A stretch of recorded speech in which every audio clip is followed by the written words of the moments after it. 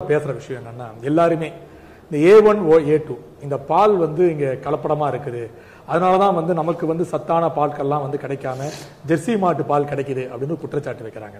ஆனா சில நிறுவனங்கள் சொல்றாங்க, சில பேர் என்ன சொல்றாங்க, உலகத்தில் இருக்கக்கூடிய அத்தனை பசு ஜெர்சி மாடா இருந்தாலும் சரி, நம்ம நாட்டு மாடா இருந்தாலும் சரி, அதன் பால் ஒரே சத்து உடையதுதான். அதுல A2 A1 அப்படி சொல்றதெல்லாம் ஆஸ்திரேலியாவில ஒரு நிறுவனம் கொண்டு வந்த விஷயம். அதனால இதெல்லாம் ஒரு போலியான விஷயம்னு சில பேர் சொல்றாங்க. சில பேர் இல்ல இது உண்மைன்றாங்க. இது நீங்க எப்படி பாருங்க, கண்டிப்பா உங்களுக்கு தெரியாம இருக்காது, நீ அதான் கேட்கலாம்னு கேட்க. அதாவது இது ஒரு விஷயம் மட்டும் இல்லைங்க. உலகமயமாதல், தாராளமயமாதல், தனியார்மயமாதல் என்கிற புதிய பொருளாதார கொள்கையை கார்ட் ஒப்பந்தத்திலே கையெழுத்திட்டு இந்திய அரசு ஏற்றுக்கொண்டது. ஏறத்தாழ 20 ஆண்டுகளுக்கு முன்பு நிகழ்ந்த ஒரு பாவச் செயல் இது. உலகத்தோடு ஒட்டி வாழ வேண்டும், உலகத்தோடு இணைந்து வளர வேண்டும் என்பதற்காக இந்திய அரசு கையொப்பமிட்டது. அந்த புதிய பொருளாதார கொள்கையை உள்வாங்கிக் கொண்டது. அதன் பிறகு நிகழ்ந்து வருகிற மாற்றங்கள் பல. பன்னாட்டு நிறுவனங்கள் இங்கே தடையில்லாமல் உள்ளே நுழைய முடியும். அந்நிய முதலீடுகள் நேரடியாக இங்கே கொண்டு வந்து குவிக்க முடியும். வளர்ந்த நாடுகளின் உற்பத்திகளை கொண்டு வந்து இங்கே சந்தைப்படுத்த முடியும். இன்னும் என்னென்ன வகையிலெல்லாம் அவர்கள் வளரும் நாடுகளில், மூன்றாம் உலக நாடுகளில் நுழைந்து ஆதிக்கம் செய்ய முடியுமோ அவ்வளவையும் அவர்களால் செய்ய முடியும். உலக நாடுகளை 3 வகையாக பிரிக்கிறார்கள். முதலாம் உலக நாடுகள், இரண்டாம் உலக நாடுகள், மூன்றாம் உலக நாடுகள் என்று. பொருளாதாரத்திலே வளர்ச்சியடைந்த நாடுகள், வல்லரசாக வளர்ச்சியடைந்த நாடுகள், வல்லரசுகளாக வளர்ச்சியடைந்த நாடுகளை முதல் உலக நாடுகள், முதலாம் உலக நாடுகள், பொருளாதாரத்தில் தன்னிறைவு பெற்ற நாடுகளை இரண்டாம் உலக நாடுகள், வளருவதற்காக போராடி கொண்டிருக்கிற நாடுகளை மூன்றாம் உலக நாடுகள் என்று நாம் சொல்கிறோம். மூன்றாம் உலக நாடுகளின் வரிசையில் முன்னணியில் இருக்கிற ஒரு நாடுதான் இந்தியா. வல்லரசுகளின், வளர்ந்த நாடுகளின் உற்பத்திகளை கொண்டு வந்து சந்தைப்படுத்துவதற்கான ஒரு களமாக இந்தியா மாறிக்கொண்டிருக்கிறது. இந்த பால் விவகாரம் மட்டுமல்ல, எல்லாவற்றிலுமே பன்னாட்டு நிறுவனங்களின் தலையீடு இருக்கிறது. ஒரு பன்னாட்டு நிறுவனம் முதலீடு செய்கிறது என்றால் அதை வீழ்த்துவதற்கு இன்னொரு பன்னாட்டு நிறுவனம் அவர்களுக்கு எதிரான பல செய்திகளை பரப்புகிறார்கள். அது வணிக போட்டி. எந்த தேசத்திலும் வளரும் நாடுகளில் அவர்களுக்கான உள்ளூர் அடையாளம் என்பதை பாதுகாக்க முடியாமல் திணறிக் கொண்டிருக்கிறார்கள். நாட்டு மாடுகள் அழிந்து கொண்டிருக்கின்றன என்று நாம் சொல்லுகிறோம். அது ஒன்றும் இப்போது ஜல்லிக்கட்டுக்கு தடை போட்ட பிறகு நிகழ்ந்ததல்ல. அது 25 ஆண்டுகளுக்கு முன்பே அருகிக் கொண்டு வருகிறது. ஆனால் நாம் அதை ஒரு அடையாளமாக வைக்கிறோம். ஜல்லிக்கட்டு காளைகளும் அழிந்து போகும் என்கிற நிலையிலே நாட்டு மாடுகளும் அழிந்து போகும் என்று நாம் சொல்லுகிறோம். ஆனால் உண்மையில் அதற்கு முன்பே அழிந்து கொண்டிருக்கின்றன. நாட்டு கோழிகள் நம்மிடத்தில் இருக்கின்றன. முட்டையிடுவதற்கென்று லகான் கோழிகள், நம்முடைய கோழி அது. கறி தின்பதற்கென்று பிராய்லர் கோழிகள், இது நாட்டுக்கோழி இல்லை. இப்ப நாட்டுக்கோழியை பார்க்க முடியவில்லை. நாட்டுக்கோழி இனங்கள் பல கிராமங்களில் அழிந்து போய்விட்டன. அப்படித்தான் பசு வளர்ப்பு, பால் பண்ணை என்பது மெல்ல மெல்ல சிதைந்து கொண்டே வருகிறது.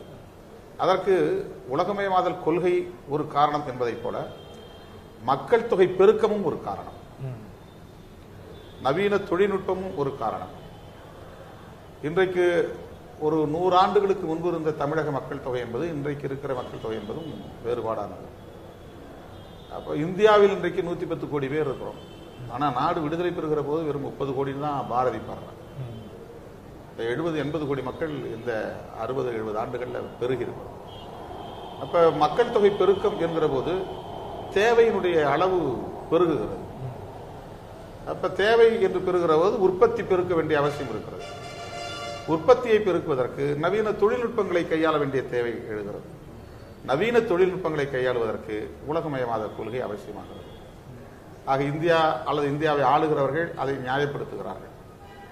இதனால் நம்முடைய பசும்பால் என்பது நாட்டு மாடு பசும்பால், அந்த பண்ணை வளர்ப்பு முறை மாறி ஒரு நாளைக்கு பல லிட்டர் பால் கறக்குகிற புதிய வகை கலப்பின வகை மாடுகள் தேவைப்படுகின்றன. எப்படி முட்டை போடுவதற்கென்று லகான் கோழிகள் தேவைப்படுகின்றனவோ, எப்படி கறிக்கோழிக்கு பிராய்லர் சிக்கன் தேவைப்படுகின்றனவோ, அப்படி தினந்தோறும் கோடிக்கணக்கான மக்கள் பால் அருந்துவதற்கு, தேநீர் சாப்பிடுவதற்கு, காஃபி அருந்துவதற்கு, குழந்தைகளுக்கு பால் கொடுக்க கடவுள் சிலைகளுக்கு பாலாபிஷேகம் செய்ய, நடிகர்களின் கட்டவுட்டுக்கு பாலாபிஷேகம் செய்ய பால் தேவைப்படுகிறது.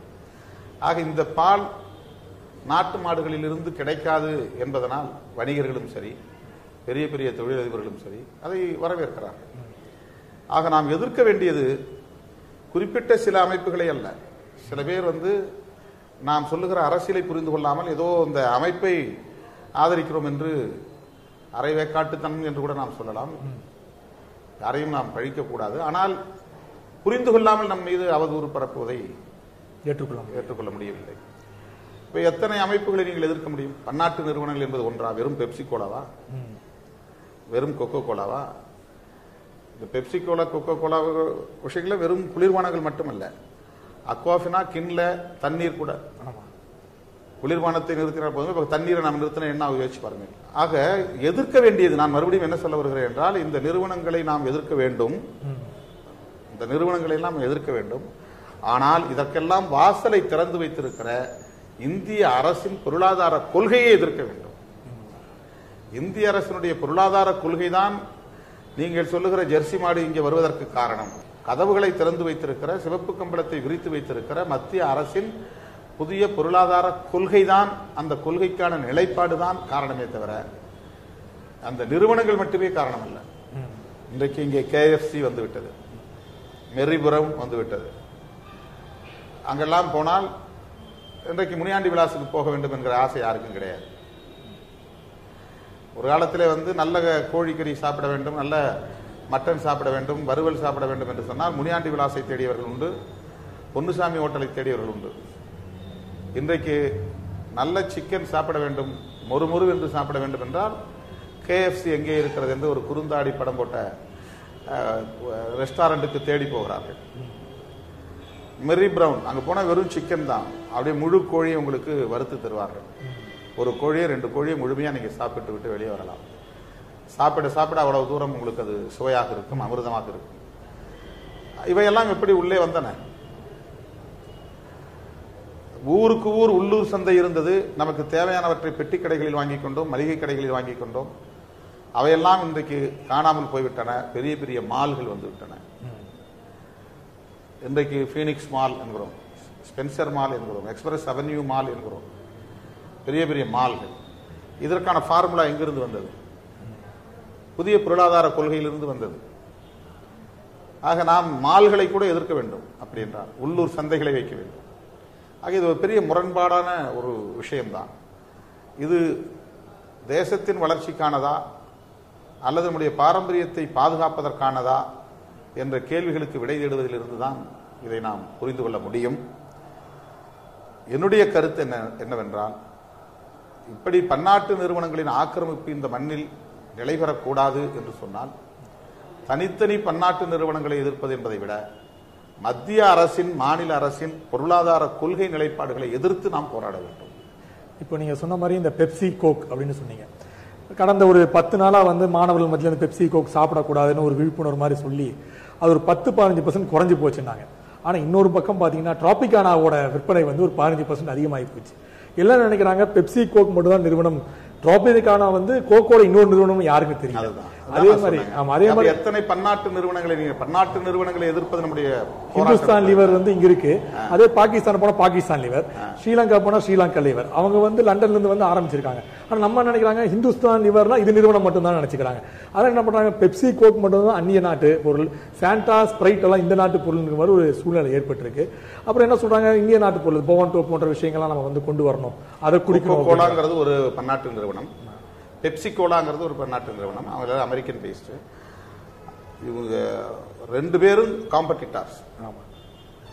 இவன் ஒருத்த மாசா போட்டா ஒருத்த ஸ்லைஸ் போடுறான்.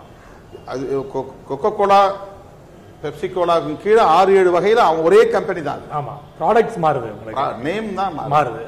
அது பலருக்கு புரிதல் இல்லாமே இருக்கு அந்த விஷயம். அதே மாதிரி தண்ணீரும் அப்படிதான் பண்றாங்க. ஒருத்தன் கின்லேன் போடுறான், ஒருத்தன் அக்வாஃபினான் போடுறான். இது ரெண்டுமே பெப்சி கோலாவோட தொடர்புடையது, கொக்கோ கோலாவோட தொடர்புடையது.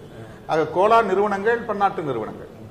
இப்ப இது மட்டும் இல்லைன்றா, நீங்க சொன்ன மாதிரி டிராபிகானாங்கிறது ஒரு பன்னாட்டு நிறுவனத்தோட. பட் அது என்னன்னா, கோக் குடிக்கல நம்ம டிராபிகானா குடிச்சிடலாம், அது மாதிரி ஒரு முடிவு எடுத்துறாங்க. அது தவறான முடிவா போகுது. மத்திய அரசாங்கத்தினுடைய புதிய பொருளாதார கொள்கையை நம்ம 90களின் தொடக்கத்திலேயே எதிர்த்து போராடி இருக்க வேண்டும். நம்முடைய இந்த அரசாங்கம் காட் ஒப்பந்தத்தில் கையெழுத்து போட்ட போதே எதிர்த்திருக்க வேண்டும். அப்ப நம்ம எதிர்க்கல. அப்ப நம்ம பாரம்பரியத்தை எப்படி பாதுகாக்க முடியும்? கிட்டத்தட்ட தும்ப விட்டு வாழ பிடிக்கிற மாதிரி இங்க எல்லாம் எஸ்டாப்ளிஷ் ஆயிட்டான். இந்தியர்களே நம்முடைய இந்த மண்ணை சார்ந்தவர்களே அங்க அதிகாரிகளாகவும் பணியாளர்களாகவும் இருக்கிறார்கள். இப்ப அந்த நிறுவனங்களை நீங்க மூடினீங்கன்னா அவ்வளவு பேருக்கு வேலை இல்லை. அப்ப அவங்களுக்கு என்ன மாற்று வேலை அப்படின்னு இன்னொரு கொஸ்டின் வருது, இன்னொரு கேள்வி எழுகிறது. ஆன்லைன் PA சப்ஸ்கிரைப் பண்ணுங்க. தேங்க்யூ.